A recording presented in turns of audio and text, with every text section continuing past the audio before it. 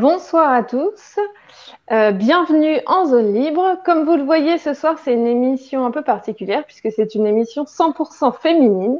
Mais ne vous inquiétez pas, les sujets que nous allons aborder ce soir avec vous ne s'adressent pas exclusivement aux femmes, bien au contraire. Ce soir, nous allons notamment parler de l'influence de l'idéologie féministe en France, de la place des femmes, mais aussi de la place des hommes et plus largement de la place des familles dans la société. Et on va aussi parler du rôle de l'État vis-à-vis justement de ces familles, des foyers français. Et pour ça, j'ai le plaisir d'avoir avec moi Anne Troubi. Bonsoir Anne. Bonsoir Aliane. J'espère que tu vas bien. Ça va très bien. Merci de m'avoir invitée ce soir. Bah, avec plaisir. C'est un vrai plaisir pour moi de t'avoir ce soir. Pour te présenter rapidement pour nos auditeurs qui ne te connaîtraient pas, tu es auteure et présidente du mouvement Les Antigones, qui est un mouvement féminin créé en 2013, si je ne me trompe pas, et qui publie notamment des textes sur la question féminine, sur les différences des sexes, d'autres sujets d'actualité aussi. Et puis, vous faites aussi notamment des podcasts, il me semble, sur YouTube. Donc, je ne sais pas si tu peux peut-être compléter un peu ma présentation rapide. C'est ça, on s'est fait connaître à nos tout débuts pour une action militante contre le mouvement Femen, pour dénoncer leurs méthodes, leur façon d'envisager les femmes et les problèmes de société des femmes. Et depuis, donc, on s'est fait connaître à travers un certain nombre d'actions militantes et on avait à ce moment-là plusieurs antennes qui animaient des cercles de conférences. Donc, on avait des invités, nous donnions nous-mêmes des conférences. Depuis, on s'est recentré sur une activité plus écrite de diffusion de contenu, écrite et audio, puisqu'effectivement, on diffuse sur YouTube essentiellement des émissions longues et des chroniques plus centrées sur l'actualité. Voilà, donc notre but, c'est effectivement à la fois de donner de livrer une réflexion de fond sur les questions des rapports entre les hommes et les femmes, en se basant sur le principe de l'existence d'une complémentarité entre les sexes. Et par ailleurs, on essaye aussi de donner des réponses pratiques aux problèmes d'actualité que peuvent rencontrer les femmes dans leur quotidien, soulevés ou non par les féministes. Voilà, et on a aussi un regard forcément critique sur les propositions des groupes féministes contemporains en France, dans la mesure où on ne partage pas leurs hypothèses de travail de départ, en fait. D'accord. Donc, c'est vrai qu'on entend, en tout cas dans les médias, à la télé, sur les réseaux sociaux, à la radio et compagnie, c'est vrai qu'on entend quand même beaucoup des messages féministes par rapport au sujet d'actualité. Donc, je salue votre travail qui, justement, apporte une autre vision des choses. Et c'est très intéressant. Pour introduire un peu cette émission, j'avais une question pour toi. Parce que c'est vrai que, comme je le disais, il y a un climat quand même féministe qui est assez présent et qui est assez pesant, je pense, aussi pour certaines femmes. Toi, au quotidien, et puis plus largement aussi les militantes d'Antigone, qu'est-ce qui vous motive pour justement voilà, proposer autre chose et animer tout ça et animer vos projets sur Internet notamment? C'était justement ce décalage entre les injonctions que pouvait nous faire la doxa féministe ambiante et la réalité de notre vécu quotidien qui nous avait poussé au début à monter le mouvement. Donc on a été 5 fondatrices. À l'époque, on était jeunes pro ou étudiantes. Et on n'arrivait pas vraiment à se reconnaître dans ce discours féministe, cette double injonction de, voilà, à la fois être une sorte d'être à part parce que nous étions des femmes, etc., tout en devant faire et copier exactement les comportements masculins. Il faut faire carrière et en même temps avoir des enfants, pas trop être investi avec ses enfants, mais quand même un peu. Il faut quand même être une mère bienveillante tout en étant ferme. Il faut être chef d'entreprise tout en étant tout en étant indépendante financièrement, etc., etc. Donc tout ce discours-là ne nous parlait pas, on ne s'y reconnaissait pas et on ne trouvait pas les moyens de notre épanouissement personnel. Donc on a voulu creuser la question par nous-mêmes, d'où le fait qu'on ait commencé aussi par des cercles de conférences. On a ressenti le besoin de se former sur cette question, sur lesquelles en réalité on trouve assez peu de ressources. La question des rapports Oui, c'est hommes-femmes qui vrai. est souvent en fait envisagée d'un point de vue plus religieux. Alors nous, on a toujours voulu travailler du point de vue tout simplement de la loi naturelle et d'un ordre des choses qui pouvait être aisément partageable au-delà de toute forme d'eschatologie, en fait. D'accord, très bien. Du coup, justement, pour commencer un peu à entrer dans le vif du sujet, je voulais qu'on parle de ces mouvements féministes qui nous imposent justement ces façons de penser que tu viens de décrire. Et un des points de rupture, selon moi, qui a amené ces mouvements féministes en France, en tout cas, c'est mai 68, je pense. Donc, je ne sais pas si déjà tu partages mon point de vue là-dessus. Et puis, du coup, j'aimerais qu'on analyse un peu où est-ce qu'on en est concrètement 50 ans après mai 68, sachant qu'à l'époque, ils revendiquaient l'égalité entre les hommes et les femmes, la liberté sexuelle notamment pour les femmes, ou encore, par exemple, le droit à l'avortement. Alors, est-ce que tous ces sujets-là sont vraiment des avancées pour les femmes et où est-ce qu'on en est aujourd'hui, 50 ans après mai 68? Alors, effectivement, le mai 68 est un jalon inévitable dans toute cette avancée des courants féministes qui a été préparée en amont par tous les écrits, notamment de Simone de Beauvoir. Donc ça, c'est un féminisme qui prend vraiment ses racines en France. Hein. Et il y a une rupture avec ce qu'on appelle la première vague du féminisme qui est datée en fait du 19e siècle et qui est censée être centrée sur l'accession en fait des femmes aux droits politiques. On met là-dedans tout ce qui est mouvement des suffragettes, etc. Ensuite, il y a donc les écrits de Simone de Beauvoir et mai 68 qui, comme tu dis, se centrent sur les questions de libération sexuelle, accès à l'avortement. Et puis, il y a c'est le début de toute une salve d'attaques contre la famille qui, à partir de ce moment-là, est considérée comme une structure en fait d'enfermement pour les femmes. Et au lieu d'être a priori bénéfique, avec a priori protectrice pour les femmes et les enfants, avec de potentielles dérives, hein, évidemment, elle est considérée, la famille, comme a priori emprisonnante, a priori enfermante. Et effectivement, de là part toute une conquête des droits sexuels et reproductifs qui vont s'étendre jusqu'à aujourd'hui. Et c'est déjà en fait un mouvement qui porte en lui quelque chose d'erroné dans la mesure où c'est un mouvement qui est à la fois un courant de pensée et un mouvement militant.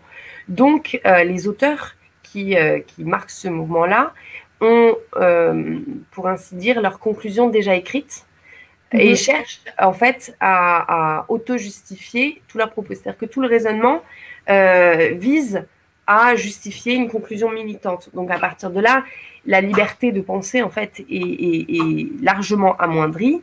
Et par ailleurs, c'est à ce moment-là notamment que se forme tout ce corpus en fait de pensée qui est partagé maintenant par des courants qui paraissent au premier abord très divers et qui d'ailleurs se mettent des bâtons dans les roues sur un certain nombre de sujets, mais qui ont quand même en commun cette histoire et ce corpus de concepts comme par exemple l'idée d'une oppression systémique des femmes, donc une lecture systémique de l'histoire et une lecture très linéaire en fait de l'histoire et des concepts intellectuels comme le patriarcat par exemple, qui est quand même un concept qu'on retrouve dans des courants féministes très divers et donc il y a tout un bagage en fait idéologique qui se forme là, même si ensuite il y a des courants qui vont diverger. Et à mon sens, non, c'est pas du tout une libération, c'est au contraire le début de la formation d'une idéologie qui va devenir de plus en plus enfermante et dont on voit les ressorts aujourd'hui en fait. Et par ailleurs, c'est une idéologie qui a laissé de côté tout un pan de la société, de l'évolution historique, qui est notamment l'émergence du capitalisme, et qui a totalement laissé ça de côté pour se contenter de jeter, en fait, on va dire, le bébé avec l'eau du bain, et d'évacuer toute forme de structure sociale existante en vue d'une pseudo-libération des femmes. Il faut aussi recontextualiser une dernière petite chose, cette libération qui se place là aussi dans un contexte très circonstanciel de l'histoire de la pensée. C'est-à-dire que c'est une libération qui est pensée en fonction d'une certaine idée de la liberté, qui est la liberté existentialiste, celle donc de Sartre et Beauvoir, évidemment, puisqu'elle a quand même contribué à l'écriture de la plupart de ses textes. Et donc, c'est une liberté qui est considérée comme une autodétermination. Donc là, quand on voit un peu ce que c'est devenu avec toutes ces théories du genre, etc., on comprend en fait l'étendue de tout ce qu'il y avait en germe là-dedans. Et la liberté, pour Sartre et Beauvoir, c'est donc une autodétermination. Et du coup, de ce point de vue-là, tout ce qui se rapporte au corps, tout ce qui se rapporte à la biologie, donc à la sexuation, est nécessairement enfermant. Donc c'est Beauvoir qui écrit, donc la maternité est un asservissement à l'espèce. Donc on voit là toutes les dérives, comme on dit, mais qui en fait sont pas des dérives, qui sont la continuité logique de toute cette pensée-là et dont on voit les ravages aujourd'hui, en fait. Oui, c'est vrai. Alors, c'est intéressant ce que tu dis sur la question de la liberté, parce que c'est vrai que moi, je me suis fait une réflexion depuis plusieurs mois, plusieurs années maintenant. C'est que on nous vend, en général, dans les discours féministes, toujours plus d'indépendance pour les femmes. Et alors, en fait, c'est ce terme d'indépendance qui m'a un peu titillée, dans le sens où on veut être indépendante, mais indépendante de quoi? Et est-ce que vraiment on est indépendante? Parce qu'aujourd'hui, la femme moderne, certes, elle va être indépendante de sa famille, c'est-à-dire que, enfin, en tout cas, c'est ce qu'on nous vend, c'est-à-dire qu'on va devenir de plus en plus, en fait, individuel, en fait, si vous voulez, par rapport à la famille. On va aller travailler, on va aller, enfin voilà, les femmes vont être invitées à vraiment se libérer justement de ce fardeau, soi-disant que ce serait la famille.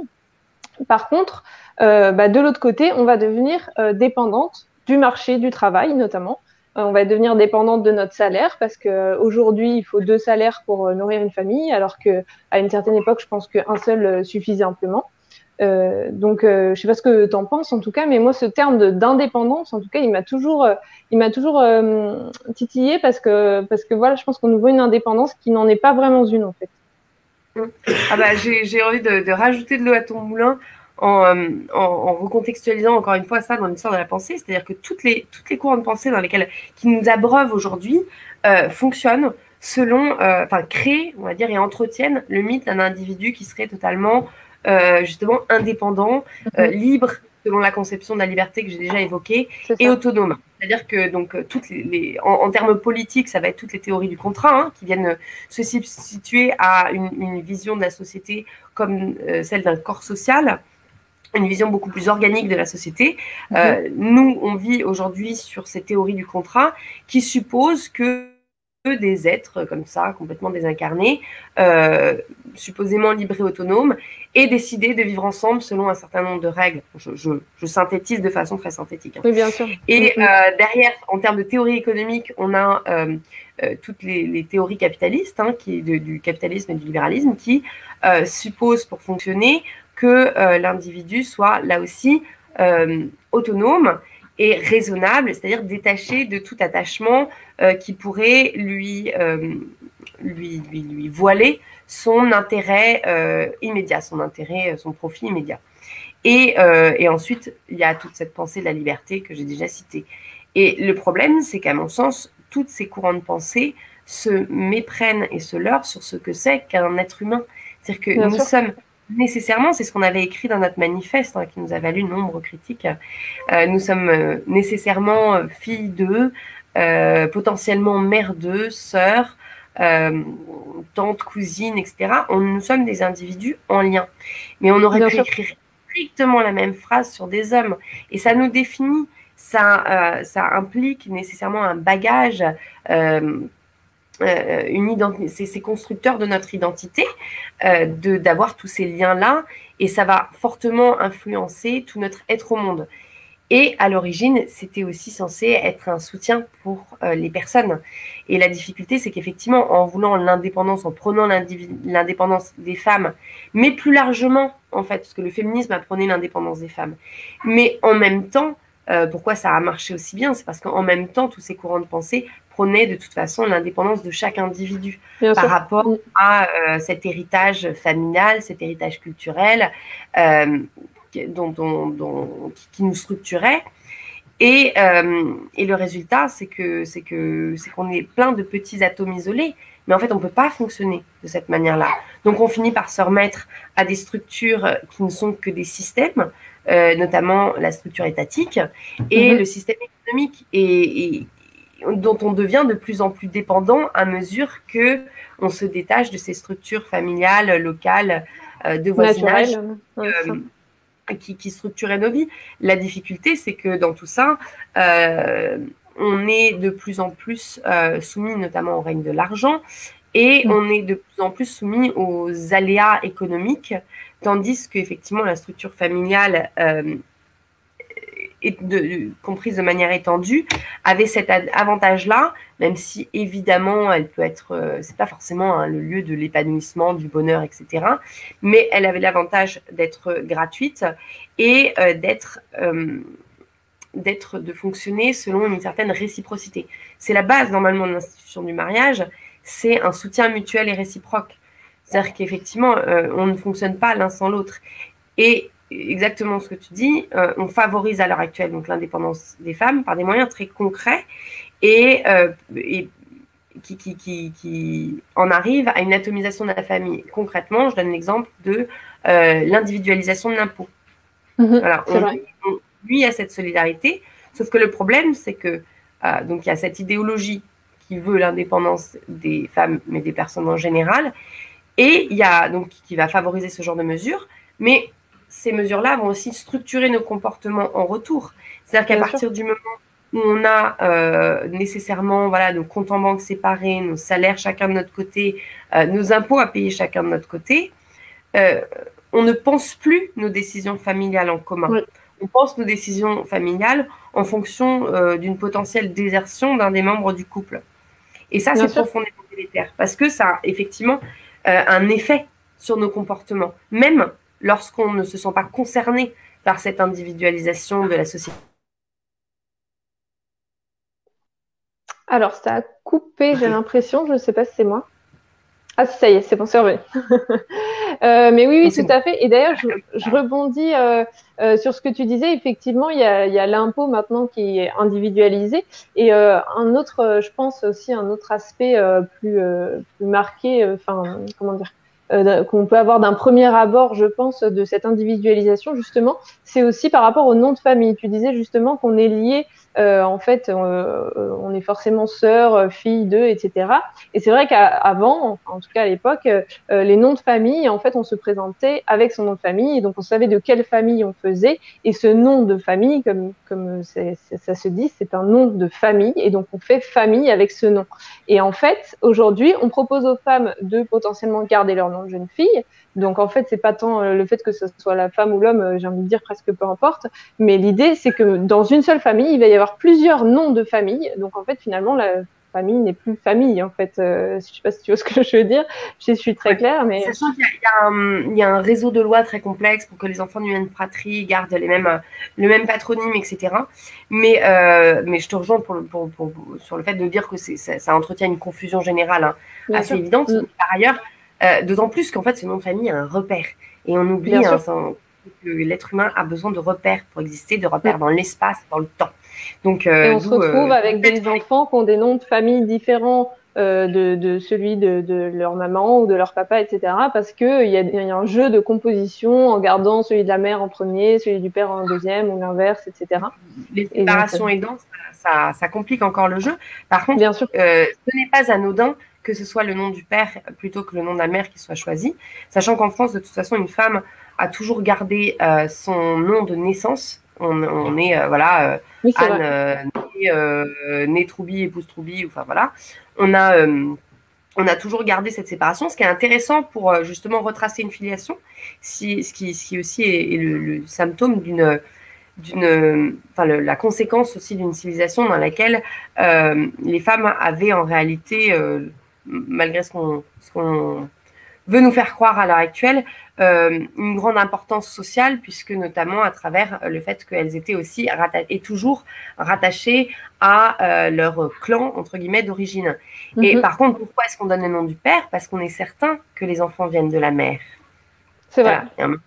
Il y a la gestation, il y a l'accouchement qui permet de s'en assurer. Par contre, ce qui permet d'assurer la filiation paternelle, c'est le fait de donner le nom. C'est extrêmement important d'un point de vue symbolique, puisque effectivement, ça fait entrer l'enfant dans le monde et notamment dans le monde social. Mais de surcroît, c'est aussi une garantie de stabilité de la famille. Pourquoi? Parce qu'avant, le nom du père était aussi accompagné de la présomption de paternité, qui a été très récemment supprimée d'ailleurs, et qui suppose la confiance du père dans la mère en fait. Et c'est extrêmement important. Le fait de supprimer ça, c'est symboliquement supprimer la confiance de l'homme vis-à-vis de la femme qui va porter son enfant. Voilà. C'est vrai. Non, c'est vrai, c'est très intéressant ce que tu dis. Et puis, justement, je me permets aussi de rebondir là-dessus parce que il y a le gouvernement d'Emmanuel Macron qui a fait plusieurs avancées, soi-disant, pour la famille. Alors, on va en parler justement. Mais il y a notamment, justement, par rapport à ce que tu disais, le congé paternité. Alors, je voulais avoir un peu ton avis là-dessus. Le congé pour les pères de famille a été allongé donc à la naissance d'un enfant. Qu'est-ce que tu en penses? Est-ce que tu trouves que c'est une bonne mesure? Est-ce que c'est une mesure un peu de spectacle, pour donner de la poudre aux yeux? Qu'est-ce que tu en penses? Alors déjà, pour ceux qui peuvent en bénéficier, tant mieux, hein. Plus on peut être en famille plutôt que d'être dans des boulots qui n'ont pas forcément de sens, parce qu'il y en a de plus en plus. Si on peut être présent pour soutenir sa femme à accueillir son enfant, tant mieux. On a tendance à... comment dire, en réaction à ce délitement de la famille, il y a parfois une crispation sur les rôles familiaux et notamment la répartition entre le père et la mère, entre la mère qui pouponne et le père qui serait pourvoyeur. C'est une vision qui est parfois très 19e dans la manière dont elle est vécue, c'est-à-dire que le système économique actuel et notamment le système du travail via le salariat est extrêmement délétère pour les familles, non seulement pour les mères, mais aussi pour les pères. C'est-à-dire qu'un père qui ne peut pas voir son nouveau-né le soir en rentrant parce qu'il n'a pas le temps, qu'il est épuisé, qu'il rentre trop tard, c'est extrêmement triste et ça contribue au délitement de la famille. On ne lui demande pas d'aller passer sa soirée à pouponner et changer des couches. Simplement, pour assurer son rôle de père, il faut bien qu'il soit présent dans le foyer à un moment ou l'autre.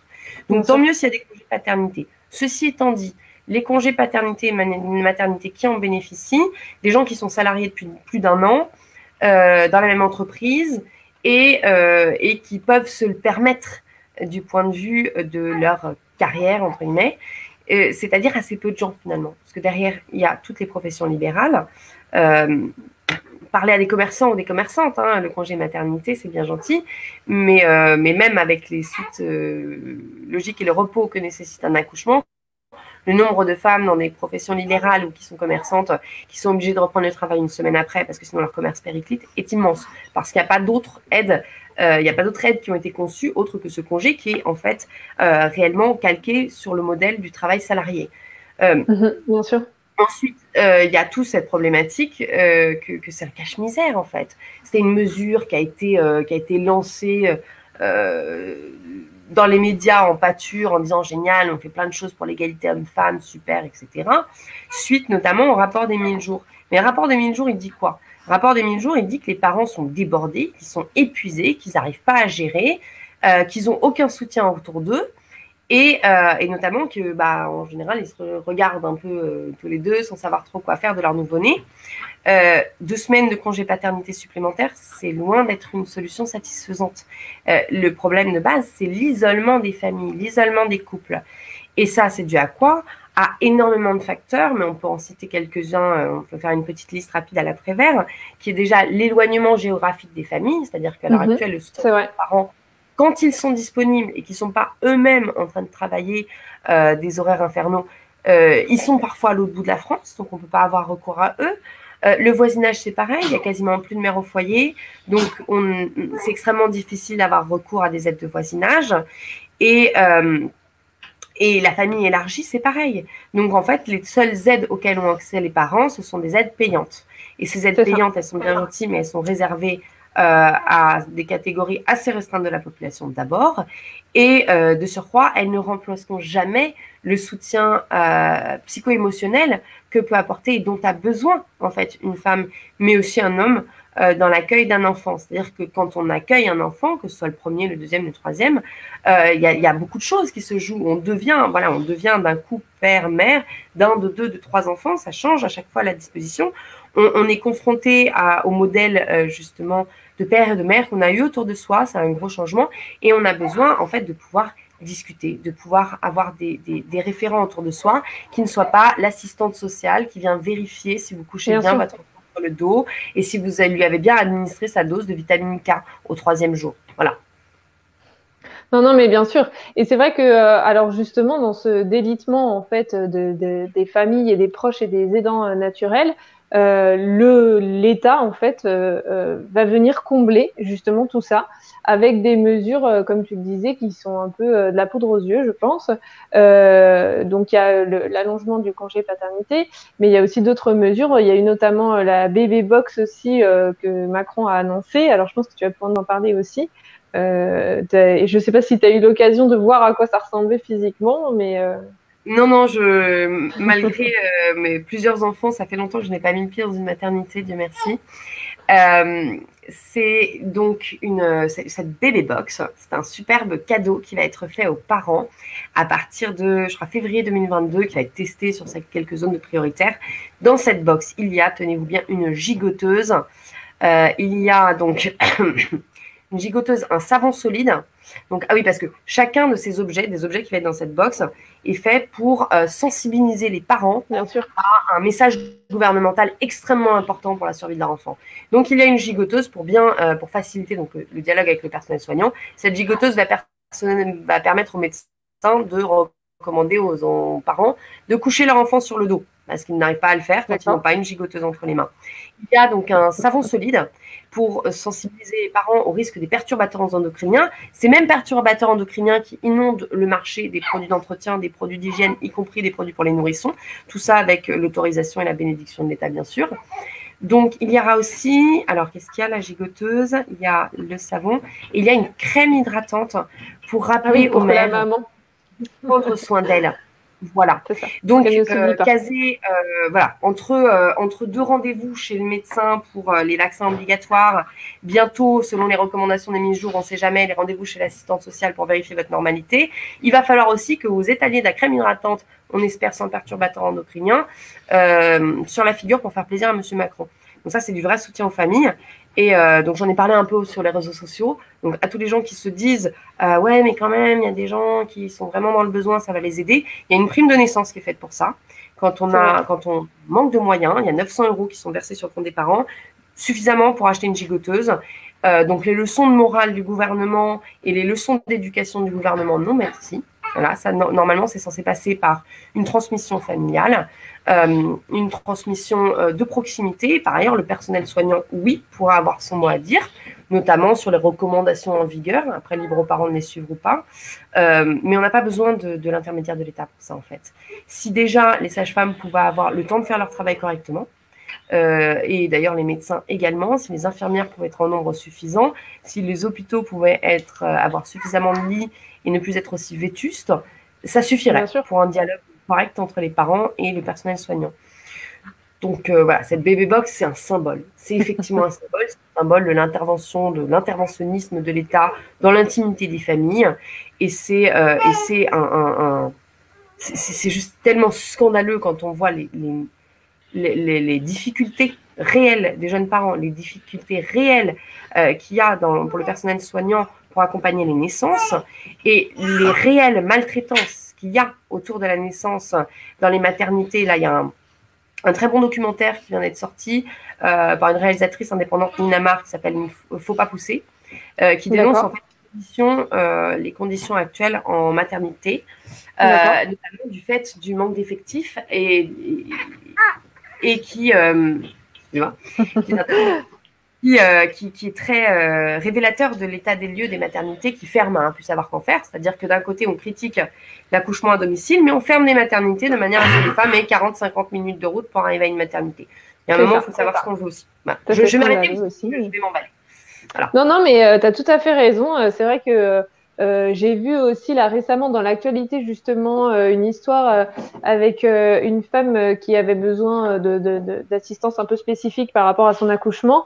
Et en fait, elle a dû aller dans une maternité à plus de 200 km de chez elle parce qu'en fait, personne n'était capable de la prendre en charge avec ses besoins spécifiques plus proches. Donc ça c'est pareil, c'est absolument scandaleux. Les maternités sont plus du tout en capacité d'accueillir les femmes qui vont donner naissance aux citoyens français. C'est quand même c'est quand même dingue. Mais bon, Macron nous offre une bébé box, donc on va s'en contenter. Et sinon d'ailleurs justement, je voulais rebondir un peu sur ces sujets-là. Effectivement, donc il y a tout ce qui va être les sujets de violence comment dire, de violences obstétricales, de ce genre de choses, etc., même d'accouchement à domicile, enfin autour de ces sujets-là, autour de la naissance, autour de la maternité, il y a quand même beaucoup de contenu qui se développe sur les réseaux sociaux, notamment. Sur Instagram, sur Spotify, sur YouTube, etc., à travers notamment des podcasts. Je souligne d'ailleurs que tu as publié il y a quelque temps une enquête à la Nouvelle Librairie justement là-dessus qui s'appelle le néo-féminisme à l'assaut d'Internet. Donc j'encourage nos auditeurs à se procurer ce livre. Donc ces sujets-là qui sont nombreux à être abordés, notamment justement par des femmes qui ont quand même un prisme féministe. Est-ce que, selon toi, il faut se réjouir de l'arrivée de ces sujets-là justement sur les réseaux sociaux, ou alors, au contraire, peut-être s'en inquiéter en se disant que la plupart du temps, ce sont des féministes quand même qui traitent ces sujets-là? Alors, c'est à double tranchant, c'est-à-dire qu'effectivement, c'est ce que je dénonce dans mon enquête. J'ai pensé à la prendre.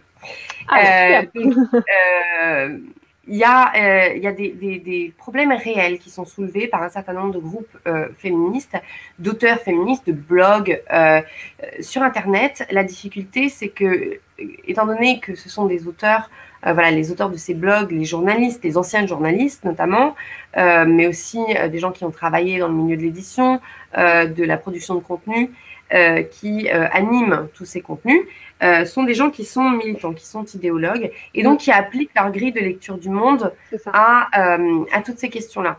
Et sur la question des violences gynécologiques et obstétricales, par exemple, nous, on a déjà pris la parole là-dessus, et la grille de lecture, je vois que je ne suis pas la seule à avoir d'accompagner, la grille de lecture qui est appliquée, c'est le misogynisme, le sexisme des équipes médicales. Alors, il y en a peut-être, monsieur Michel qui a insulté madame Michu, je ne sais pas. Nous, ce n'est pas du tout notre grille de lecture, la grille de lecture qu'on avait mise en avant.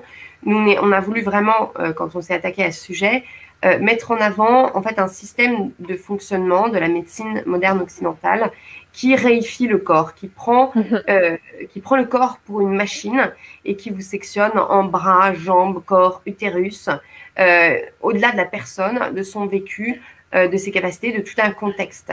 Sur la question de la naissance, c'est extrêmement important parce que quand on lit, par exemple, des auteurs comme Michel Audin, on comprend que pour qu'un accouchement soit réussi, se passe dans les meilleures conditions possibles, il faut aussi un contexte psycho-émotionnel. Il faut qu'une femme se sente en sécurité.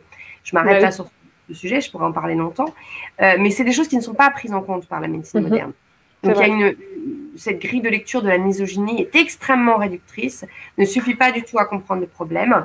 Par contre, le problème, il est bien réel. Quand on voit le nombre de témoignages de femmes qui sortent traumatisées de leurs accouchements, qui sortent traumatisées de leur suivi gynécologique, c'est qu'il y a un sérieux problème et qu'on a globalement, de toute façon, dans notre 21e siècle, un gros problème avec l'accueil de la mort et de la naissance. Mais pour pouvoir avoir des réponses adéquates, il faut analyser le problème de manière adéquate. Donc forcément, quand les seules choses qu'on trouve sur Internet, ce sont des réponses idéologues à la question qui ne le sont pas, c'est problématique. Moi, ce que je note et qui est dommage, c'est un désintérêt aussi des milieux plutôt partisans de la complémentarité des sexes et d'une vision saine de la féminité, se désintéresser de ces sujets-là. C'est fort dommage, ça concerne à mon sens et les femmes, évidemment, puisqu'elles le vivent dans leur chair, mais aussi les hommes, puisque c'est quand même leur qualité de père de famille qui est mise en jeu. Leur capacité à défendre leur femme, leur épouse. Parce qu'il faut voir que dans un hôpital, quand votre épouse ou votre compagne subit des violences gynécologiques et que vous commencez à vous dire qu'il y a un problème, et à vous interposer, l'équipe médicale vous sort. Voilà, vous n'avez plus le moyen de... Donc ça, c'est extrêmement grave. Et il y a vraiment un rôle à jouer de la part des futurs pères pour... désolée. Non, il n'y a pas de mal. Pour justement agir et défendre aussi leur famille, leurs épouses. Et il y a aussi un rapport à l'arrivée d'un enfant qui est à repenser. C'est-à-dire que normalement, l'hôpital, c'est le règne du médecin. Donc, c'est forcément lui qui a la prééminence sur le père de famille. Et ça s'inscrit dans une logique. Alors, là, c'est le cas. À l'heure actuelle, ce n'est pas nécessairement le cas. Hein. Voilà, l'hôpital n'est pas mauvais en soi. Mais ça s'inscrit dans une logique plus globale où les sachants ont progressivement, à tous les niveaux de la société, remplacé le père dans chacun de ses rôles. C'est-à-dire, et ça c'est quelque chose qui nous frappe et dont on a parlé un petit peu dont on a parlé de façon un petit peu, pour l'instant, à travers seulement des chroniques. Je vous invite à écouter la chronique d'Isole Turan pour la fête qu'on avait publiée pour la fête des pères, qui effectivement remet en perspective ce rôle du père. Et ça m'a rappelé, quand elle a écrit ce texte, un texte de Badinter qui s'appelle L'amour en plus, qui critique l'amour maternel comme étant une construction sociale. On est toujours dedans à l'heure actuelle. Et donc Badinter, dans ce texte, se félicite que l'État ait petit à petit remplacé le père. Je vais vous retrouver la citation. C'est très d'actualité tout ça, parce que c'est vrai qu'aujourd'hui, c'est clairement ce qui se passe, quoi. C'est que l'État intervient, même je vois par rapport à l'école aussi, notamment, où en fait, c'est plus les familles qui éduquent leurs enfants comme ils veulent. C'est l'école, d'ailleurs ça s'appelle l'éducation nationale, avant ça s'appelait l'instruction nationale, donc ça veut dire ce que ça veut dire. Maintenant ce n'est plus les parents qui éduquent les enfants, c'est l'école publique. Exactement, en fait elle fait cette citation, à la limite je te l'enverrai si tu veux le transmettre. Oui, il n'y a pas de souci. En fait, elle explique qu'effectivement, l'instituteur a pris la place du père, l'État a pris la place du père, le médecin a pris la place du père, et petit à petit, toutes ces prérogatives qui étaient celles donc, du chef de famille, normalement avec des décisions prises en concertation avec la mère de famille, sont grignotées petit à petit par diverses institutions, et notamment des institutions étatiques. C'est pour ça que je trouve ça extrêmement grave en réalité que les hommes qui souhaitent justement défendre la complémentarité des sexes et les familles ne s'impliquent pas plus dans ces sujets-là, parce qu'en fait, il en va de leur rôle social de chef de famille. D'un point de vue, il en va de leur virilité qui est pourtant bien attaquée aujourd'hui. Et quand on voit qu'une Elisabeth Badinter s'en félicitait à applaudir des deux mains, on s'inquiète sérieusement. Et on retrouve ce propos-là dans des auteurs comme Christopher Larche, qui explique comment, effectivement, la mère de famille s'est retrouvée en réalité babysittée par différents acteurs, et notamment le médecin de famille qui vient. En fait, toutes les décisions qu'une femme a à prendre dans sa vie, à l'heure actuelle, qui concernent le couple, passent par un tiers qui n'est jamais le père ou le mari. Et ça commence avec la question, par exemple, de la contraception. Avec qui une femme va discuter de la contraception? Avec son gynécologue. Avec son médecin. Avec qui elle va discuter d'abord de son désir d'enfant? Avec son gynécologue. Et sans doute après avec son mari, mais avec d'abord l'avis du gynécologue. Mais en termes symboliques, c'est choquant, en fait. On partage l'intimité avec un tiers qui n'a rien à voir avec ça, quoi. Et qui va se permettre de donner son avis. En plus. Alors justement, sur la contraception, je me permets de rebondir aussi, parce qu'il y a un sujet d'actualité qui date de septembre, donc c'est tout récent, qui m'a pas mal choquée aussi là-dessus, justement. C'est Olivier Véran qui a annoncé la gratuité de la contraception pour les femmes de moins de 25 ans, sachant qu'avant, seuls les mineurs avaient une contraception prise en charge à 100% par l'assurance maladie.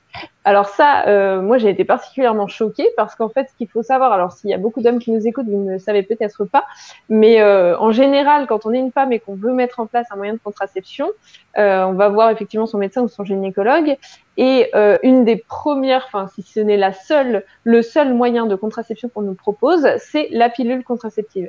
Et la pilule contraceptive, aujourd'hui, on sait qu'il y a des effets secondaires qui sont absolument dégueulasses sur le corps, sur la santé mentale, sur la libido des femmes.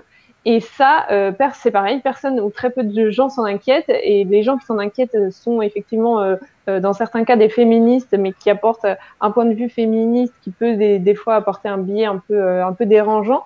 Mais ça, c'est pareil, c'est quelque chose qui m'a complètement choquée. Le fait que, en fait, la société tout entière prenne en charge la contraception aussi des femmes. Alors que, effectivement, comme tu le dis très bien, Anne, normalement, c'est quelque chose qu'on doit voir avant tout déjà par rapport à son corps, etc. Et puis aussi par rapport surtout à son couple, parce qu'un enfant, ça se fait à deux. Et donc, c'est une décision qui doit se prendre à deux avec son mari et pas avec l'État, effectivement. Oui, puis c'est une délégation de responsabilité aussi du point de vue des parents qui, effectivement, comptent sur le médecin pour éviter les problèmes inhérents à la sexualité naissante de la jeune adolescente, plutôt que de mettre en garde, plutôt que de donner une éducation affective, avant d'être sexuelle d'ailleurs, aux jeunes filles et aux jeunes garçons. Eh bien, on met les jeunes filles sous pilule, donc comme ça protège tout le monde. C'est très facile, c'est effectivement une échappatoire qui est bien triste et qui a des conséquences graves sur la santé des jeunes filles et des femmes. Ce qu'effectivement, dans les milieux aussi qui critiquent ça, il y a aussi les milieux écologistes qui ont des critiques assez saines au final. Hein. Voilà, je ne parle pas l'intégralité, mais qui mettent le doigt sur un certain nombre d'incohérences. Et soyons clairs, que ce soit la pilule, mais aussi les stérilets et toutes les méthodes de contraception existantes ont toutes un impact délétère sur le corps. Parce que dans tous les cas, on est sur une castration. Dans tous les cas, on va essayer de nuire au mécanisme naturel du corps. Donc, dans les milieux écologistes notamment, ce qui est beaucoup plus mis en avant, donc ça va être les milieux écologistes et les milieux cathos, grosso modo, et puis quelques autres évidemment, hein, mais ce qui est mis en avant, ça va être les méthodes de régulation des naissances, qui sont effectivement beaucoup plus respectueuses du corps et qui permettent de garder cette conscience aussi que, en fait, un homme et une femme, quand ils se rencontrent, toute rencontre peut potentiellement donner un enfant. Voilà. Donc, et donc que l'État prenne en charge la castration chimique des femmes, nuise à leur santé durablement, c'est choquant. Après, ça s'inscrit aussi dans une logique qui est celle d'une logique de consommation. Une logique de consommation déjà parce que ces femmes-là, en fait, entre 20 et 30 ans, c'est le moment où elles vont commencer leur carrière, gagner de l'argent, donc en dépenser. Donc quand on est dans un système où l'économie tient par la consommation, c'est extrêmement intéressant. Et puis après, une fois qu'elles sont au sommet de leur carrière et qu'elles ont un enfant, elles ne peuvent pas vraiment s'arrêter, donc elles vont continuer de consommer. Donc en plus, on va avoir les charges, on va récupérer sur les charges de la nounou, de la crèche, etc. Et de la femme de ménage. Donc ça nous arrange. Tout le monde bosse, on a des charges sur tout le monde. Et par ailleurs, les effets délétères sur le corps de la contraception, on peut aussi en voir des effets économiques positifs du point de vue de l'économie, dans la mesure où la nuisance que ça a créé sur le corps des femmes, on peut le retrouver converti en PMA, qui vont rapporter de l'argent. Là, je vous renvoie aux émissions qu'on a faites. On en a fait 2 sur la PMA. Une sur la PMA pour toutes et une sur la PMA tout court, sur lesquelles il y a assez de non-dits, autant médicaux que symboliques, qu'il est intéressant d'examiner, parce qu'effectivement, l'une des raisons pour laquelle on tait ce scandale sanitaire, hein, qui est la contraception féminine à l'heure actuelle, eh bien, c'est aussi parce que c'est rentable, tout simplement. Bien sûr. Et c'est ça aussi que je trouve assez choquant, en fait, c'est qu'effectivement, il va y avoir un intérêt du marché, des industries pharmaceutiques, etc., aussi d'une part. Et en fait, tout cet intérêt-là de contraception très moderne, entre guillemets, avec des médicaments pour des femmes qui ne sont pas malades, ce genre de choses, ou même de stérilets, effectivement, où c'est quand même un objet en métal qu'on va venir mettre dans le corps d'une femme.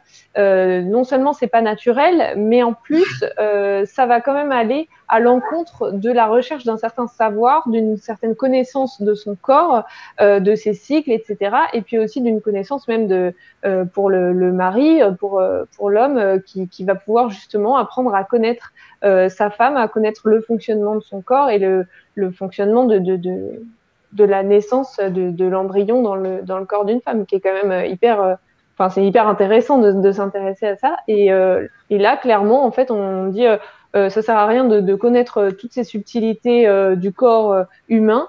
Vous n'avez plus qu'un médicament à prendre et tout est réglé, quoi. Enfin, c'est quand même assez choquant. On dit que les méthodes de régulation naturelle des naissances sont en fait tout simplement des méthodes d'observation de soi qui peuvent servir effectivement à différer une naissance, mais qui peuvent aussi être un formidable outil de diagnostic pour des troubles hormonaux, parce que ça c'est pareil. En fait, la formation des gynécologues, des sages-femmes est assez lacunaire sur ces sujets-là en France. Et il y a un certain nombre de praticiens qui connaissent très peu et très mal le cycle féminin, tandis qu'avec ces méthodes, j'ai déjà rencontré des gynécologues, des sages-femmes qui pensaient que c'était impossible pour une femme de repérer son ovulation. Alors, avec ces méthodes, c'est extrêmement facile.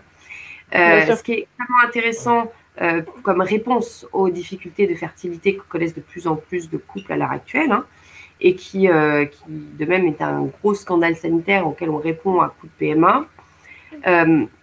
Et par ailleurs, c'est un outil diagnostic pour un certain nombre de troubles hormonaux, de maladies, etc., qui pourraient être prises à temps sans ces dépistages extrêmement invasifs qu'on fait aux femmes.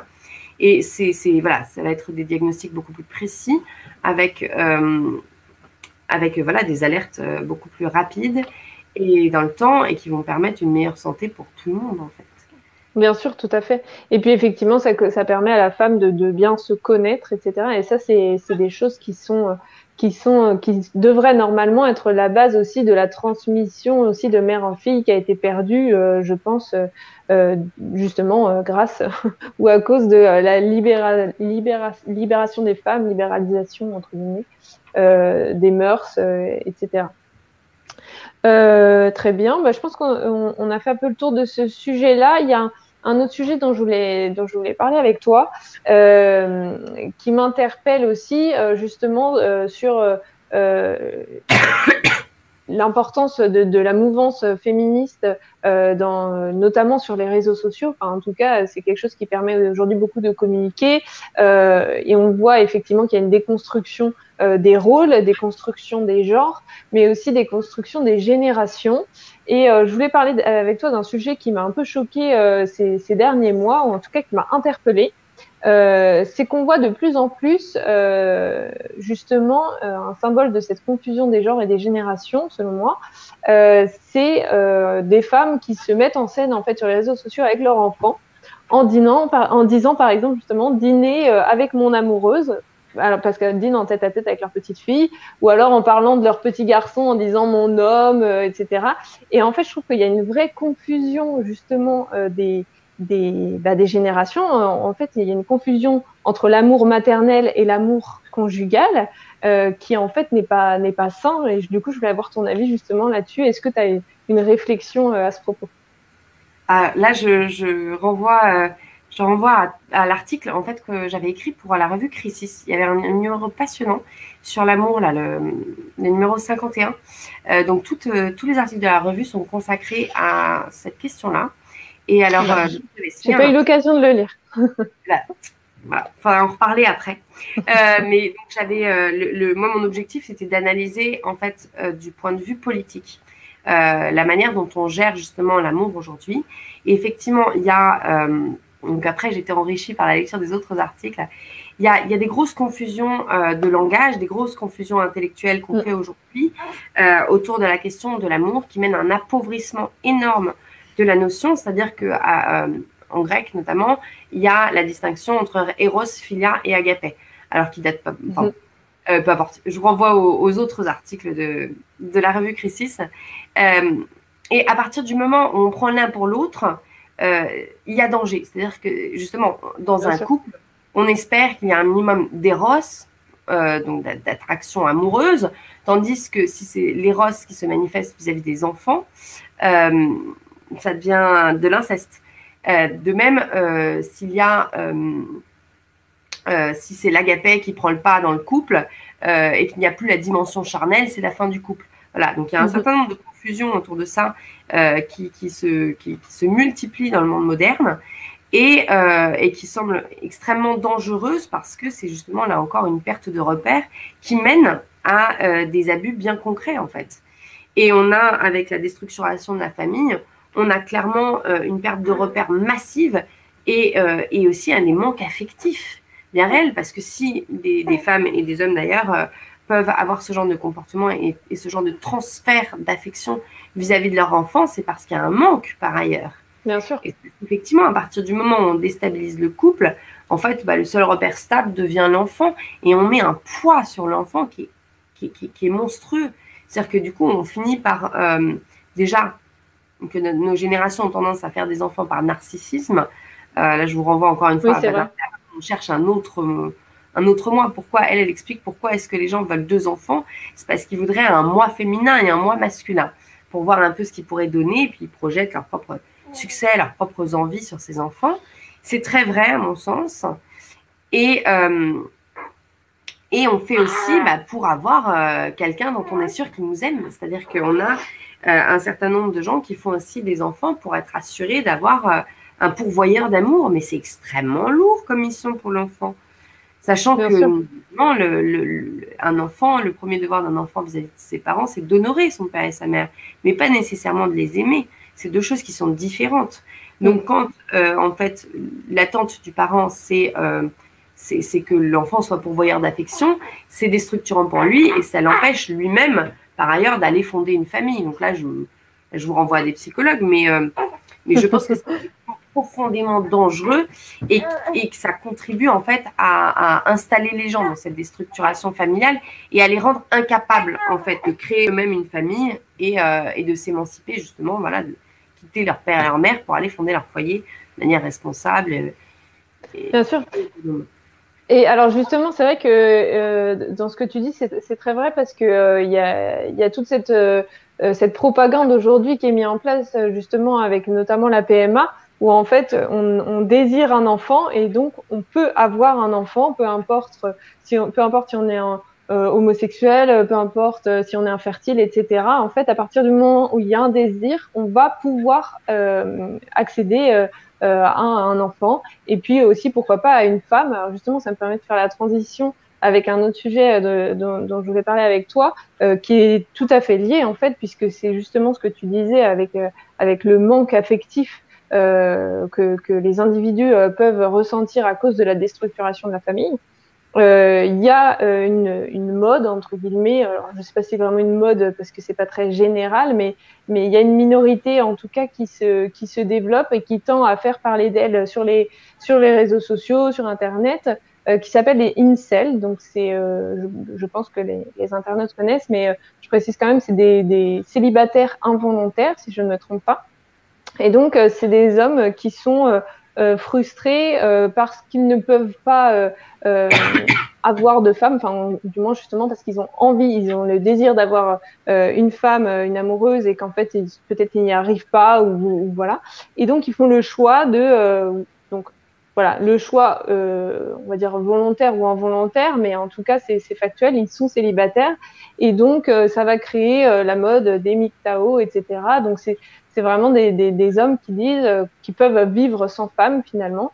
Est-ce que, pareil, tu as une analyse à faire là-dessus? Est-ce que c'est en réaction au féminisme? Est-ce que c'est justement un manque affectif? Qu'est-ce que ça peut traduire des hommes de notre société actuelle? Alors, quant aux hommes qui suivent ça, je vais pas me lancer dans des analyses psychologiques de comptoir, mais c'est très symptomatique de tout ce qu'on a dit avant, en fait, d'une individualisation de la société et par ailleurs d'une recherche du bonheur pour lui-même, en quelque sorte. C'est-à-dire qu'on cherche dans le couple et on cherche dans la famille des choses qui ne sont pas premiers. On cherche dans la famille l'épanouissement personnel. On cherche dans le couple le bonheur. Sauf qu'en fait, la première mission du couple, c'est d'être un cadre stable pour l'accueil des enfants. Et c'est pas d'abord le bonheur. C'est-à-dire que c'est une notion extrêmement moderne de fonder le couple sur l'amour. C'est à l'origine le mariage, l'institution du mariage, c'est simplement le cadre, voilà, pour l'accueil des enfants et pour fonder une famille. Et l'amour est en plus. De même pour la famille, c'est-à-dire que c'est pas d'abord le lieu de l'épanouissement personnel dans lequel voilà, on va être ni heureux, ni développer tous ses talents. C'est d'abord un lieu de sécurité, le lieu de l'apprentissage de la sociabilité et de l'apprentissage des repères du monde et des repères de la société. Donc il y a une confusion énorme qui, à mon avis, crée aussi ce genre de manque et crée ce genre d'attitude. C'est-à-dire qu'à partir du moment où effectivement on recherche la fusion dans le couple, on recherche, la société projette, nous pousse à projeter dans le couple et à attendre du couple des choses que le couple n'est pas en mesure de donner. Par ailleurs, quand on est ensuite, quand on a réussi à se mettre en couple, on est dans un isolement qui est délétère. C'est-à-dire que le couple ne peut pas se suffire à lui-même. De toute façon, aussi épanoui soit-il, on a besoin de respiration, on a besoin, les femmes ont besoin de moments entre femmes, les hommes de moments entre hommes. On a besoin d'un réseau de solidarité familiale, etc., etc. Donc, on fait tout, on crée toutes les conditions pour que le couple implose. Donc, je ne m'étonne pas du tout qu'il y ait de plus en plus de gens qui peinent à se mettre en couple, qui peinent à trouver quelqu'un. On en arrive en fait à une logique dans le couple de la pure consommation, c'est-à-dire que soit on a le modèle où on trouve quelqu'un, on s'installe et on reste avec quelques années, etc. et on croit en l'amour pendant quelques années, soit on a le modèle de consommation pure qui est assez symptomatique, qui est voilà, la rencontre Tinder, on consomme, on s'en va. D'un côté comme de l'autre, il y a en plus de femmes qui considèrent aussi, qui ont aussi recours à ces applications pour avoir du sexe gratuit sur commande. Et c'est probablement malsain en fait. Ça et c'est symptomatique. Voilà, ça comblera jamais rien pour ensuite aller faire des bébés tout seul sur commande. Il y a quelque chose de nocif et comme tu disais, bah, le problème c'est qu'il n'y a aucun respect, on consomme l'enfant par la suite. Bien sûr. Mais effectivement, c'est symptomatique de la société moderne et de la société de consommation, en fait, où tout va être consommable, tout va être, on peut tout acheter, on peut tout avoir, etc. à partir du moment où il y a le désir. Et ça, c'est vrai que effectivement, c'est un des mots MAUX de notre société, je pense. Et ça encourage encore une fois de plus à détruire justement tout ce qui pourrait être de l'ordre du naturel, de l'organique, à créer une famille, etc. Justement, donner la vie à un enfant pour lui transmettre des choses, etc. Donc, effectivement, ça casse tout ça. Alors, justement, par rapport à cette déconstruction de la famille, une des questions que je vais te poser, c'est justement comment se positionner aujourd'hui, comment trouver le rôle de chacun, le rôle du père, le rôle de la mère, etc., justement dans une société où tout est déconstruit et où on a bien du mal à s'y retrouver, avec donc du coup pour les hommes d'un côté un modèle hyper viriliste et puis d'un autre un modèle par exemple d'hommes on va dire féminisés, parfois féministes, etc. Et puis pour les femmes, voilà, une image modèle de la femme carriériste, indépendante, etc. Et puis aussi d'un autre côté, la femme à la cuisine qui ne fait que s'occuper de son mari et de ses enfants. Donc voilà, où est-ce qu'on peut retrouver des repères aujourd'hui et quels sont les rôles qu'on doit essayer de trouver ou de promouvoir aussi, je pense, dans la société. Je pense qu'il y a plusieurs clés de lecture qui sont intéressantes. Puis selon les sensibilités de chacun, une des premières clés de lecture, c'est évidemment de se former à ce qu'est la complémentarité, à ce que sont le masculin et le féminin d'un point de vue philosophique. C'est pas forcément la peine de se claquer des tonnes de livres de philo, il suffit d'écouter les conférences des Antigones, les podcasts des Antigones. On a fait une émission sur le sujet de la complémentarité, 2 émissions d'ailleurs, pour essayer de reposer les bases. Donc, la première chose, c'est effectivement d'arriver à comprendre et à distinguer ce qu'est le féminin, ce qu'est le masculin, pourquoi ils doivent fonctionner ensemble, et pas seulement du point de vue biologique, mais aussi du point de vue voilà, de l'harmonie, de l'équilibre du monde. Et ensuite, la difficulté, c'est qu'effectivement, plus on a déconstruit d'un côté, plus on a expliqué d'un côté que tout ça n'était que biologie et qu'en fait, derrière, en termes de construction sociale, on fait ce qu'on veut, plus en réaction, on s'est crispé sur des visions extrêmement caricaturales de l'homme et de la femme. Sur, typiquement, je comprends pourquoi les féministes s'insurgent contre les rayons de jouets des magasins où on trouve des Barbies bleues, des Barbies roses et des camions bleus d'un côté, surtout avec des noms de marques énormes bien floqués partout, parce que c'est insupportable et c'est caricatural en réalité. Bien sûr. Quand on observe, je fais une parenthèse, mais quand on observe des enfants jouer, ils peuvent aussi bien, garçons et filles, jouer avec des camions et des poupées, simplement ils n'auront pas les mêmes jeux, ils n'auront pas les mêmes comportements avec. C'est pas le jouet, la question, c'est le comportement inné de l'enfant qui correspond effectivement à un rôle symbolique et aussi à un rôle social, effectivement. Et de ce point de vue-là, il y a effectivement un examen à avoir des différents rôles sociaux. Et là, on peut puiser dans la richesse de nos héritages déjà proches, familiaux, parce qu'on a parfois la chance d'avoir des modèles fonctionnels d'hommes et de femmes et de rôles sociaux d'hommes et de femmes autour de nous. Mais aussi, on a toute cette tradition européenne qui est extrêmement riche. On est parmi les continents qui avons une vision des rapports entre les sexes les plus complexes, les plus riches et les plus intéressantes, parce que justement, elle a toujours été basée sur cette idée de la complémentarité. C'est-à-dire qu'il y a 2 choses. Il y a la différence des sexes qu'on retrouve dans toutes les cultures et dans toutes les civilisations, et donc qui résulte dans beaucoup de continents, dans une séparation des sexes, avec notamment toute cette mythologie du harem, etc., et cette séparation sociale très stricte.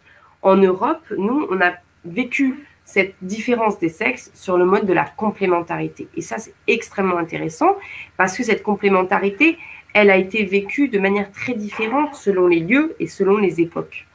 Et dans une grande liberté, donc à la fois en termes de structure sociale, d'organisation sociale, mais aussi dans l'intimité des couples. C'est-à-dire que c'est pas parce qu'il y a un modèle social dominant de la femme au foyer, l'homme pourvoyeur, qu'il n'y a pas eu à certaines époques des exceptions à ce modèle. Ça ne signifie pas que ce soit la règle. Il y a des hommes et des femmes extraordinaires qui ont des destins extraordinaires. Il est bon d'avoir aussi des normes et des modèles. Donc de ce point de vue-là, je pense qu'on peut vraiment puiser dans la richesse de l'héritage européen parce qu'on a une diversité énorme de modalités de vécu de ça, tout en respectant certains invariants qui sont que, de toute façon, une mère n'est pas un père n'est pas une mère. Ce qui se traduit par effectivement un rôle dans la famille différent, un rôle symbolique différent et un rôle social différent aussi. Et à mon sens, c'est pourquoi que j'en arrive à ma conclusion qui serait que pour pouvoir justement avoir une vision équilibrée des sexes, pour pouvoir vivre les sexes de manière la plus équilibrée possible, il nous faut d'urgence reconquérir nos libertés politiques. Pourquoi ? Parce que c'est la condition d'exercice de nos responsabilités d'hommes et de femmes. Pour qu'il y ait un père, il faut qu'il puisse exercer ses responsabilités paternelles. Donc pour ça, il faut qu'il ait une pleine liberté d'instruction, une pleine liberté dans le choix, dans les choix éducatifs vis-à-vis des enfants. Il faut aussi qu'il y ait une stabilité du couple pour permettre cet échange. De même, pour qu'une mère soit mère à part entière, il ne faut pas qu'elle se fasse voler son rôle de mère par tous les médecins et éducateurs divers et variés de ses enfants.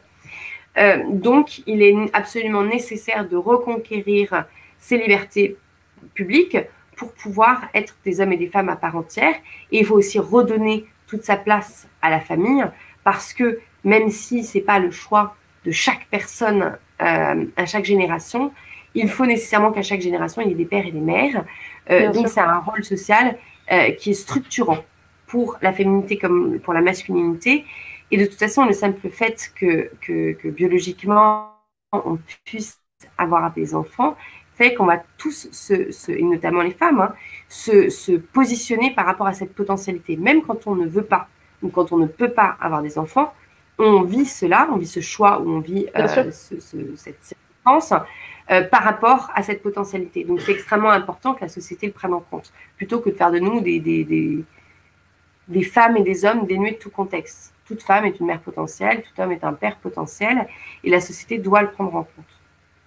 Bien sûr. C'est bien parce que ça rejoint effectivement ce qu'on disait tout à l'heure avec le rôle de l'État, justement, qui a tendance aujourd'hui à s'immiscer dans les foyers, alors qu'il devrait au contraire laisser une plus grande liberté aux familles, notamment dans l'éducation, dans l'instruction, dans la médecine aussi, etc., pour justement redonner plus de liberté aux familles, aux individus, aux femmes et aux hommes qui fondent vraiment la société. Donc là, aujourd'hui, on est dans un modèle, c'est vrai, qui tend plutôt vers l'inverse, en tout cas en France. Je suis en train de penser aussi au fur et à mesure de notre discussion à la Hongrie notamment, où Viktor Orban a mis en place des mesures plutôt intéressantes pour, au contraire, encourager déjà la natalité dans son pays et puis aussi encourager, en tout cas soutenir les familles hongroises. Est-ce que tu peux nous en dire un peu plus? Je sais qu'il me semble en tout cas que tu as pu observer un peu ces mesures-là. Est-ce que tu penses déjà que les mesures sont pertinentes et est-ce que ces mesures seraient potentiellement applicables en France? Alors, ce qui est extrêmement intéressant dans les mesures hongroises par rapport notamment aux mesures qui ont été prises en Pologne ou en Russie, c'est que ce n'était pas seulement des mesures qui étaient natalistes, mais c'était des mesures qui visaient à favoriser la famille. Par la famille, on entend famille traditionnelle, papa, maman, les enfants. Parce qu'effectivement, en Russie, il y a eu une politique nataliste mise en place qui, normalement, avait vocation à favoriser la famille traditionnelle, mais qui, en réalité, avec notamment les aides économiques, à pousser les couples, notamment qui, étant donné tout le contexte historique, avaient tendance à vivre encore pour certains chez leurs parents avec beaucoup de solidarité intergénérationnelle et puis beaucoup de mauvais côtés aussi. Donc les jeunes couples avaient tendance à s'éloigner du coup de leurs parents. Et ça favorisait aussi une natalité hors de toute structure de couple, puisque c'est juste, voilà, c'était le fait d'avoir un enfant qui récompensait. D'accord. Ce qui est intéressant dans les mesures hongroises, c'est qu'il y a tout un panel de mesures qui est conditionné au fait d'être marié. C'est extrêmement intéressant, parce que justement, là, ça va être facteur de stabilité sociale. Parce qu'effectivement, c'est justement le cadre le plus stable, a priori, pour un enfant. C'est bien pour ça qu'il y a l'institution du mariage. Après, nous, on a une émission à paraître en fin d'année. Donc la prochaine émission longue sera justement sur cette question de la famille, où on développe un certain nombre de mesures qu'on a pu réfléchir et définir au fil justement de nos interventions et de nos échanges avec différents groupes. Et pour nous, ce qui est important, c'est que pour que ça ne devienne pas justement des mesures totalitaires, même si c'est dans un sens vertueux, à partir du moment où l'État décide pour vous de quel doit être votre état de vie, c'est nocif et c'est liberticide. Donc la condition pour que ces mesures soient vertueuses, c'est qu'effectivement, elles récompensent un libre choix. C'est-à-dire que l'État n'a pas à être aveugle sur les choix de vie des uns et des autres, dans la mesure où certains choix de vie favorisent la pérennité de la société, d'autres non.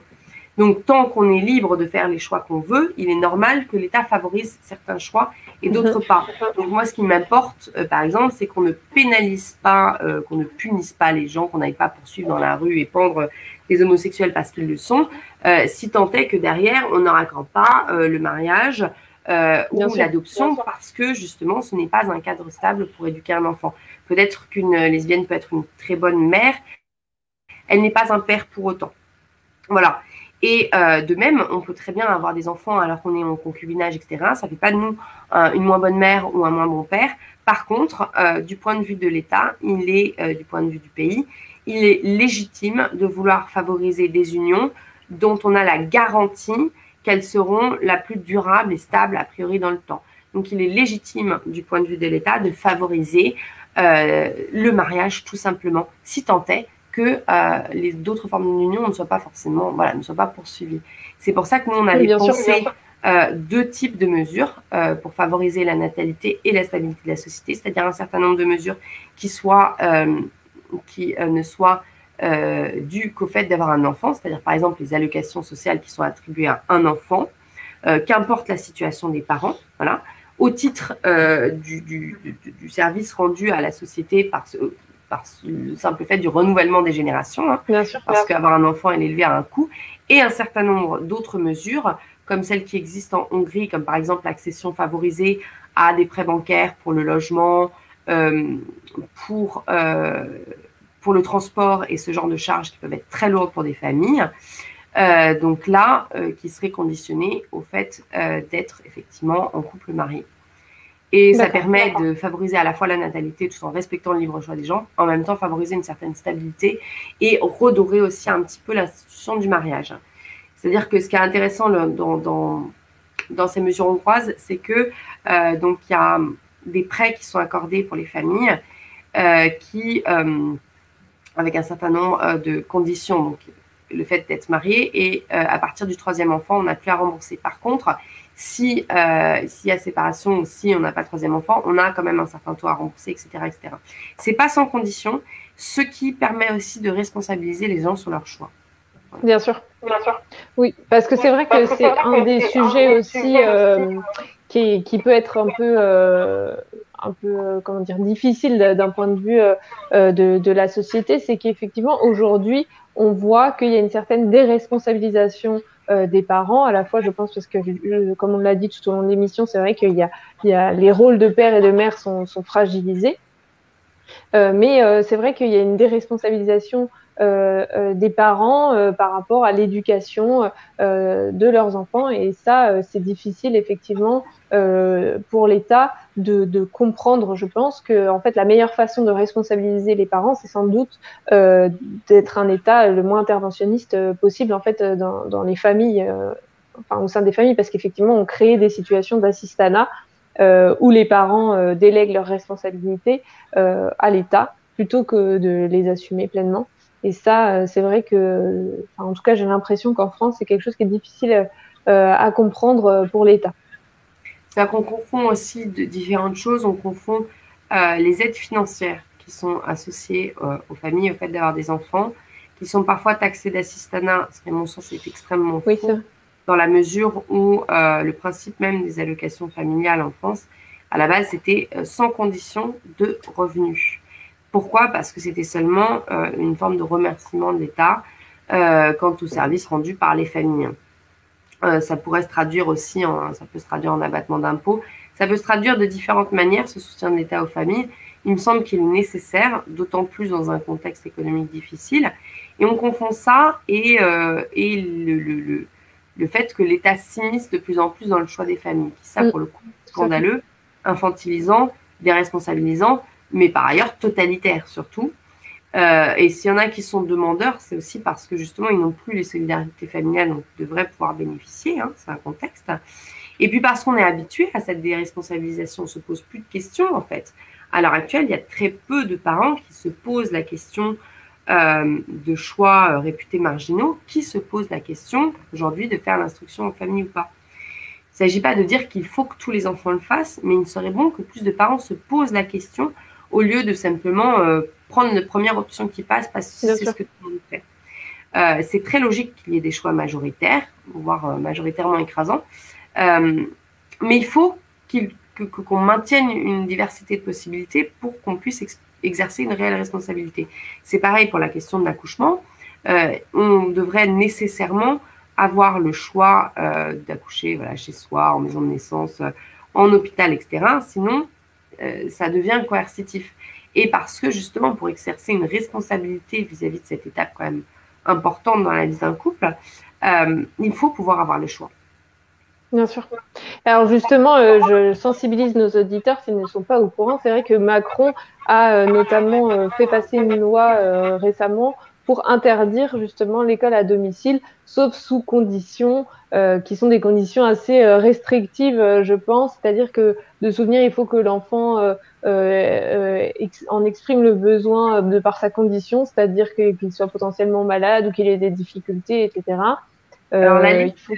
la liste c'est il faut qu'il y ait donc soit un sport pratiqué à haut niveau, musique ou activité artistique, itinérance de la famille ou, C'est ça. et ça c'est le grand voilà, une situation particulière propre à l'enfant. Sachant qu'on ne se contente plus d'une déclaration comme c'était le cas avant en invoquant un de ses motifs, le choix de l'instruction en famille est soumis à autorisation de l'académie. Donc, quand on sait l'amour des académies pour l'instruction en famille, on a le droit de douter.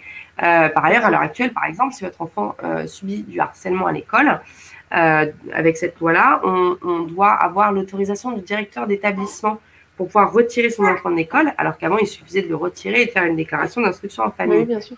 Et effectivement, quand on sait que souvent, quand on en arrive à des situations de harcèlement, c'est que le directeur d'établissement n'a pas joué son rôle, eh bien c'est dramatique. Et quand on sait justement, effectivement, là, il y a une petite campagne là, qui a été démarrée, une petite campagne étatique contre le harcèlement, bah, quand on voit que derrière, on a supprimé la possibilité d'instruction en famille, on a envie de hurler à l'hypocrisie quand même.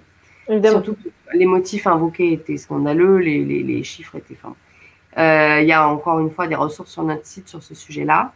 Et c'est une question de principe, c'est pas juste circonstanciel, c'est pas juste pour les personnes qui pratiquaient l'instruction en famille qu'il était important de la défendre et qu'il est toujours important de la défendre. C'est parce que si on n'a pas ce choix, on n'est pas responsable de l'éducation de ces enfants. C'est l'État qui choisit pour nous et ça, ce n'est pas normal. Bien sûr. Alors justement, dernier petit sujet que je voulais évoquer avec toi, c'était justement la question de l'islam, parce que je pense que c'est notamment à ça qui a été fait référence, en tout cas pour interdire l'instruction à domicile, c'était le risque de séparatisme. Donc en fait, ce qui se passe, c'est que au prétexte effectivement de danger, de séparatisme à cause de l'islam, en fait, ce sont tous les Français qui vont se retrouver en fait avec des libertés restreintes pour justement éviter un soi-disant séparatisme. Et d'ailleurs, c'est exactement la même chose. Enfin, je pense que le sujet se rejoint en tout cas sur la burqa en France, qui est souvent opposée à une certaine liberté de se vêtir pour les femmes. En fait, on va tout simplement opposer, enfin en tout cas choisir comment les femmes, enfin donner son avis tout simplement sur comment les femmes devraient s'habiller en société, alors qu'en fait la question, c'est plutôt, je pense, la question de l'islam plutôt que de la question de comment on s'habille en fait. Et pareil pour l'instruction à domicile, je pense que plutôt que de viser, de dire ok, il y a un problème en théorie, en tout cas avec l'islam en France, c'est-à-dire que le modèle religieux de l'islam a du mal à s'intégrer à notre société française, plutôt que de s'interroger du pourquoi, du comment et quelles sont les solutions qu'on peut avoir pour ça, on va condamner toute la société entière pour justement, soi-disant, nous protéger, alors qu'en fait, on va être de plus en plus fliqués de tous côtés, quoi. Tout à fait.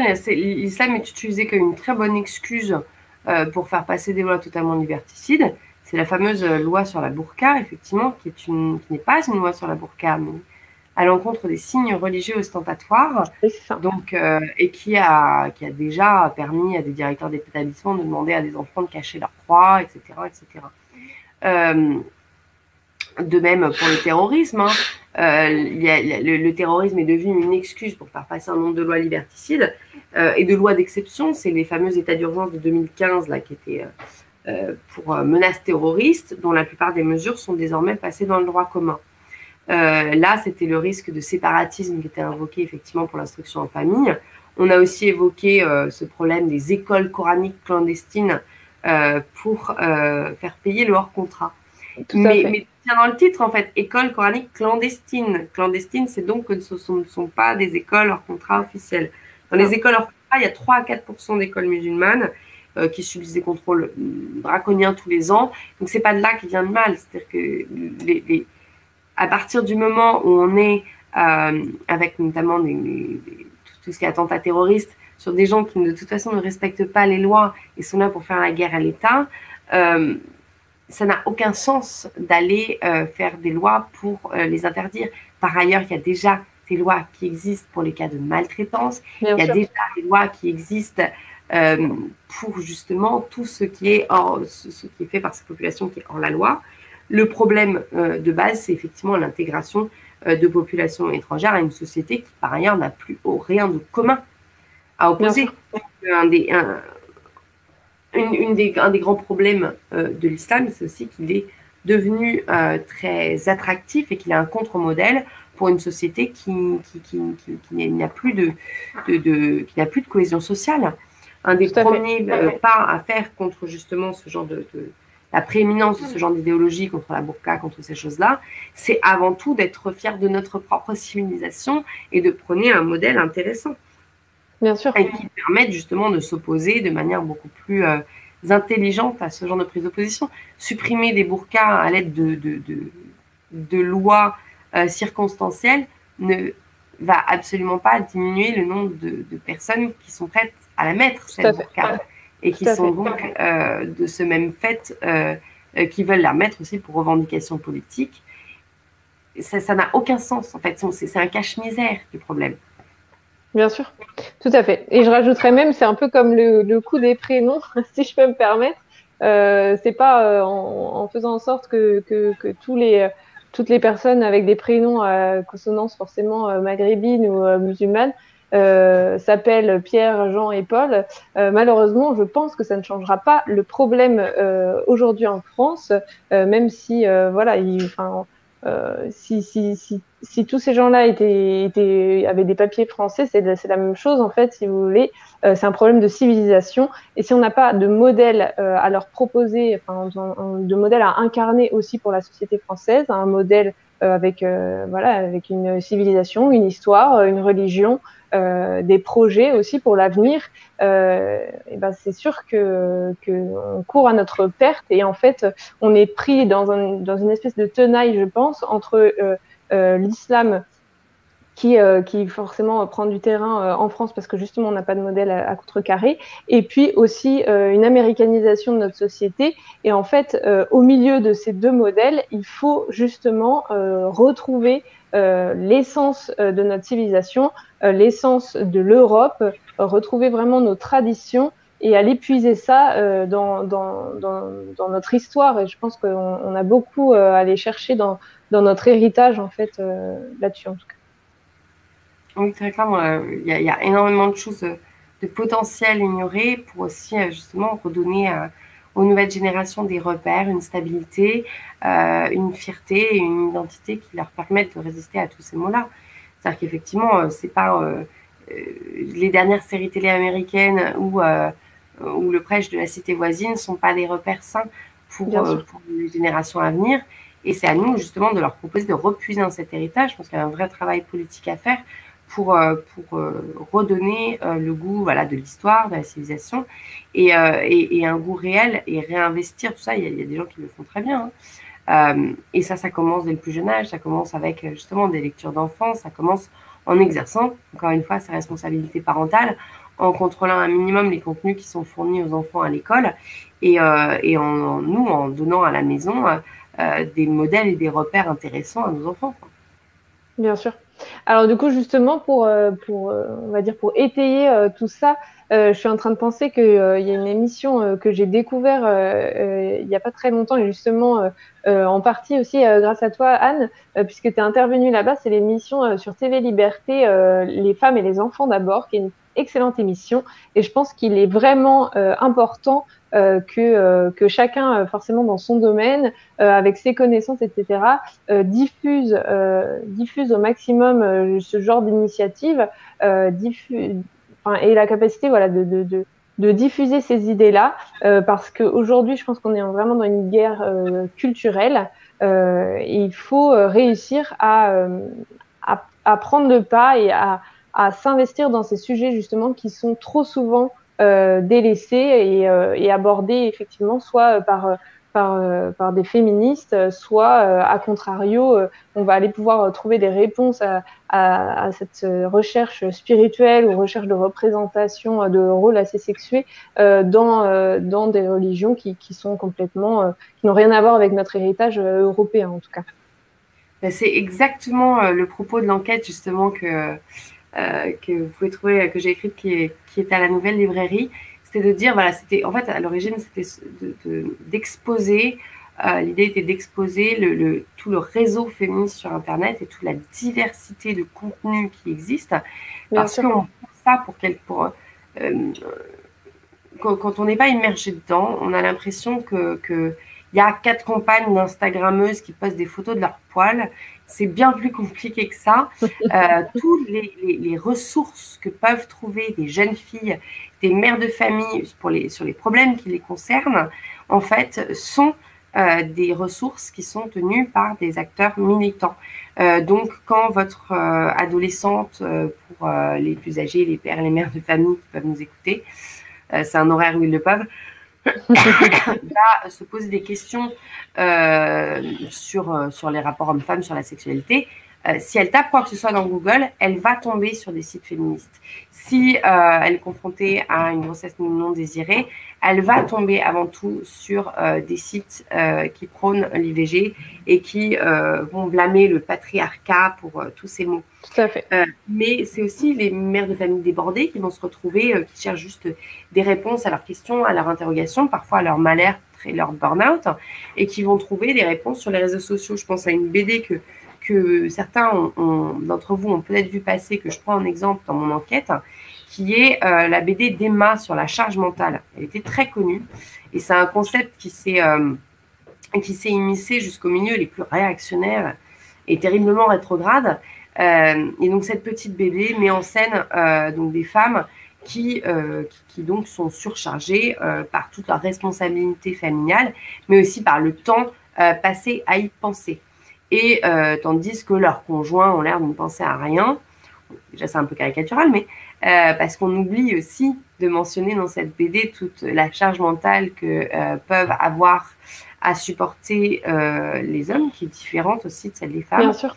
Mais surtout, ce qui est délétère, c'est qu'on se reconnaît dans un ressenti, parce que c'est souvent ça, une mère de famille débordée, hein, et du coup, on en vient à adhérer à la conclusion de C'est cette ça, BD, tout à fait. qui est que tout ça n'est que construction sociale et que, en fait, les hommes ne font rien, les femmes ne font tout. Pourquoi? Parce qu'on les a éduqués comme ça.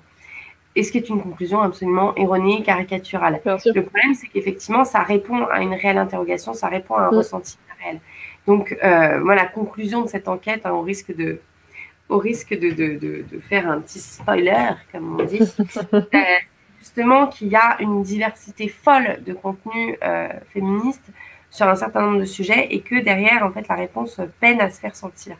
Et Bien moi, sûr. je suis profondément en faveur de tous ces contenus, peu importe leur degré de succès, peu importe l'audimat, peu importe si c'est sur des gros sujets ou des micro-sujets, on a besoin d'une diversité de contenus pour répondre à ça.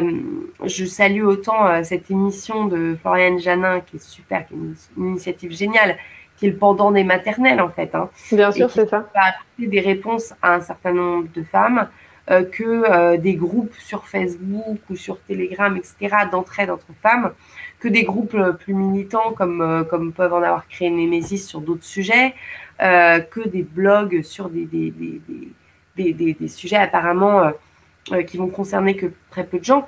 Tout ça est bon à prendre. Quand je vois le travail, par exemple, de dingue qui a été fait par Valérie Daubigné et Anne-Laure Blanc sur la littérature enfantine, d'ailleurs, elles ont toutes les deux une chronique hein, dans cette émission de TV Liberté. C'est une ressource incroyable pour une mère de famille, en fait. On a un titre absolument hallucinant avec des recommandations par âge, etc. Ça, c'est des questions concrètes que vont se poser les mères de famille. Et quand on voit l'idéologie qui est véhiculée par la littérature enfantine aujourd'hui, c'est un service mais précieux rendu aux familles, en fait. Et moi, des initiatives comme ça, je voudrais en voir fleurir sur tous les sujets, en fait. Eh bien, écoute, je le souhaite aussi. Si on peut formuler ce vœu-là pour la fin de l'émission, ça serait super. Donc, de voir d'autant plus de contenu de notre bord, si on peut dire ça, en tout cas avec une vision identitaire, une vision fondée et construite sur la vision de la femme, certes, mais aussi de la famille au sein de la société, et ben, c'est tout à fait souhaitable. Et on vous encourage, en tout cas, s'il y a des auditeurs parmi nous qui ont des idées, etc., eh bien, lancez-vous, on vous soutiendra avec grand plaisir.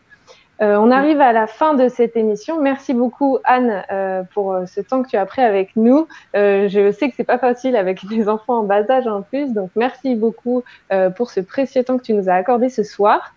J'en profite forcément pour rappeler la publication de ton livre Le néo-féminisme à l'assaut d'Internet à la nouvelle librairie, pardon. Je remercie aussi les équipes techniques de Zone Libre pour la formidable réussite de cette prouesse technique que je ne saurais gérer toute seule. Merci aussi aux auditeurs qui êtes bien nombreux. Et puis, je vous dis à très bientôt. Le rendez-vous pour Zone Libre la semaine prochaine, c'est un podcast sur la dictature sanitaire avec Paul Fortune et Ludwig. Donc, je vous donne rendez-vous jeudi prochain à 21h. Merci beaucoup Anne et puis à très bientôt j'espère. Merci pour votre invitation et puis voilà, je reste disponible via les réseaux d'Antigone et via mon profil Facebook s'il y en a qui ont d'autres questions. Il ne faut pas hésiter. Voilà. Voilà, et puis j'encourage tous nos auditeurs aussi à aller écouter évidemment vos formidables podcasts sur YouTube qui sont très instructifs. Merci beaucoup et puis à très bientôt.